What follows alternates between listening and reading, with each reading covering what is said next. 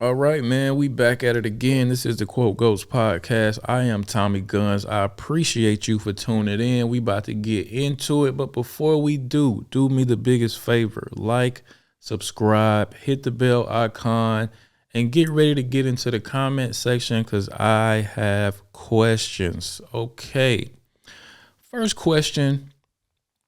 Do you think, as we know, a fire storm of biblical proportions is going on in California right now. And what we know is they were extremely underprepared. A lot of measures that could have been taken to prevent this or curtail it or, make it not so severe were not taken, such as collecting rainwater, filling the reservoirs, clearing dry debris in the forest, things of those nature could have been done. Better training, hiring more firefighters could have been done to prepare for such an obvious thing as wildfires happening in California. But those measures wasn't taken, I think it's a lot of factors of why that possibly didn't happen. Some being the leadership in California vis-a-vis Gavin Newsom. I think her name is Karen Bass. And I think they were just focused on the wrong thing and putting resources toward the wrong kinds of things and not toward, the actual mission of securing the community from this type of thing happening, right? And my question to you is, do you think DEI, that's diversity, equity, and inclusion, and exclusion of white people, was a factor in what's going on right now and their unpreparedness, if I can say it like that, in this whole situation? You know what I'm saying? We're gonna watch a few videos. We're gonna see what the discourse is on X, and I'm not sure if DEI had an impact or not. That's why I'm asking the question. I can see how it possibly did, but I just want to scroll on X and see what people are saying. And let's find out together. Oh, look at Gavin Newsom right there. That's a nice picture of him. Let's watch this one video right here. You want to see somebody that responds to your house, your emergency, whether it's a medical call or a fire call, that looks like you. It gives that person a little bit more ease. Okay, I know my answer to this question. I don't give a fuck what somebody looked like if my house is on fire, if they're a fireman. You know what I'm saying? I don't care if you're purple, pink, blue, you're an alien. If you came in a fire truck and you got some water and you got the expertise and the know-how of how to save my house, I don't care if you black or brown or whatever. Just put the fire out. Put the fire out. Save my home, my belongings, the place where I've made memories with my family. You know what I'm saying? Make sure everybody is safe and alive. If my house on fire and it's that severe, you go in the house, you're gonna get black soot on your face anyway. Everybody the same color with black soot on their face. Knowing that somebody might understand their situation better. Is she strong enough to do this? Or you couldn't carry my husband out of a fire, which my response is, he got himself in the wrong place if I have to carry him out of a fire. But that's supposed to be funny. Of course he got himself in the wrong place if you need to be carried out of a fire. But you need to be strong enough to carry anybody who needs to be carried out of the fire. That's your job. Who cares if you're the first LGBTQ, brown person in that position? Nobody. That's why I don't like diversity, equity, inclusion, because it's just participation trophies And man, I don't want to say too much. I don't want to say the wrong thing. What did it say? Only about 5% of working firefighters are women. Who gives a shit? If more women signed up, if more women wanted to be firefighters, I don't see why a fire department would turn capable women away. But it shouldn't be. That's what I don't like about diversity, equity, and inclusion, because it forces.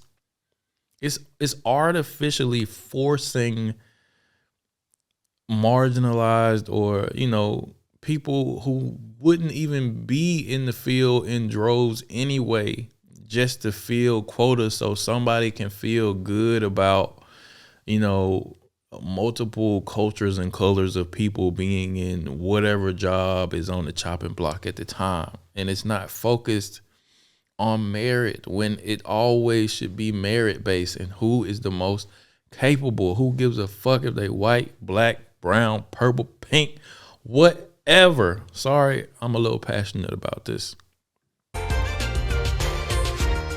You want to see. Okay. There's Gavin Newsom again. There's what is this? I don't want to read no super offensive stuff. Let's see what this says. No, can't read that either. Apparently, I'm not the only passionate person about this. Let's see what they got going on right here. What the caption say? How do these large-sized women get into the firefighter academy? Come on, this is a joke. Is this a joke? Are these DEI hires or what? Am I just not in on the mood? Okay. The one thing about Twitter, you gotta be kind of careful what you're scrolling and looking at. Okay, it was another video I wanted to show y'all.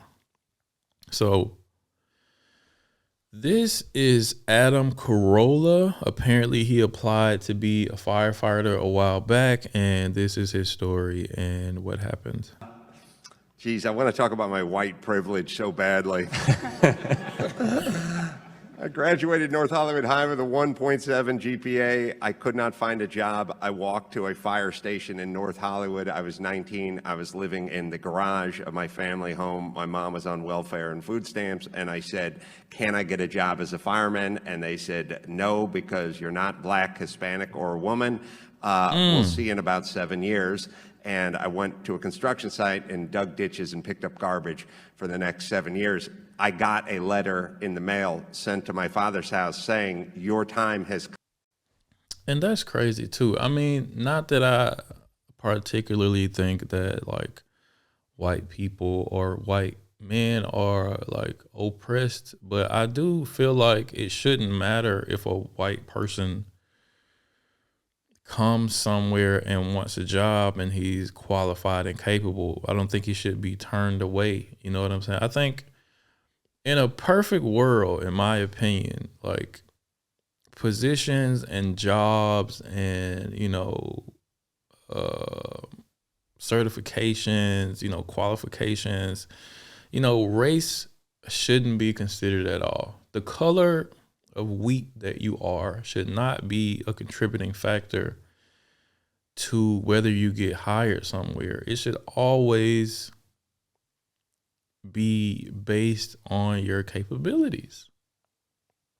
It shouldn't be artificially enforced. It should just, and I know historically black people were kept out of certain things, and, white people have predominantly got majority of the opportunities because historically white people were, the majority in the population, and that's going to change as time goes on. But I just don't like, in my opinion, you can't force people to change how they think and operate.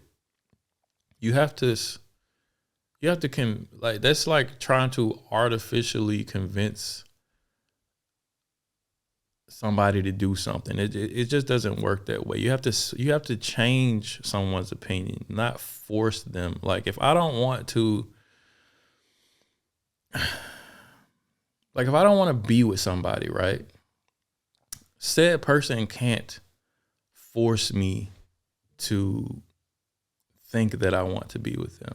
They can't hold me down and say, you have to be with me because this is how I feel and I need to be included in your life. No.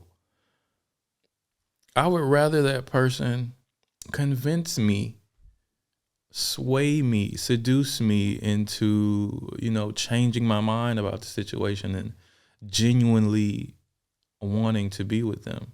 And that would be conducive to both parties.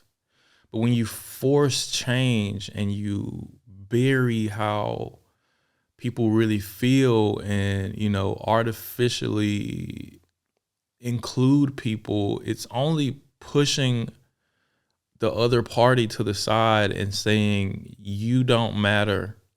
Only these people matter. And that's not really